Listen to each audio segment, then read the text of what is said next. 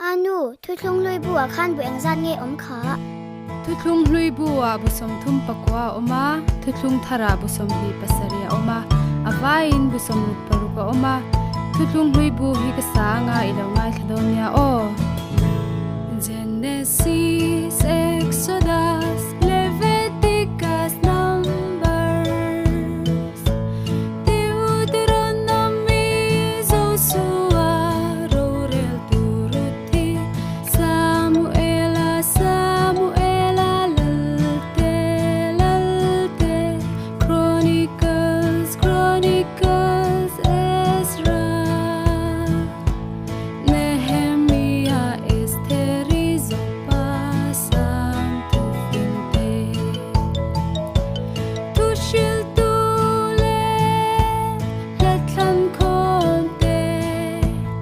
Isaiah Jeremiah Jala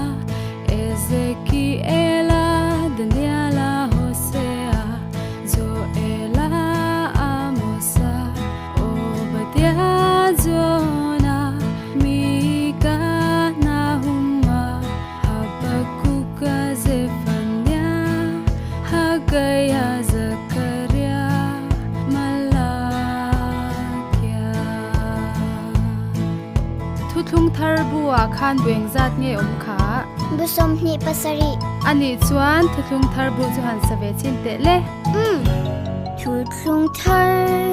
mathai barga luka Johanna dir go te ron gorin khatna gorin hina Galatia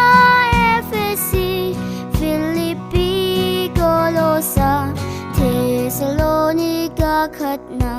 Thessalonica nina Timothea thon khatna Timothea thon nina Tita Philemona Hebrai Jacoba Petra khatna Petra nina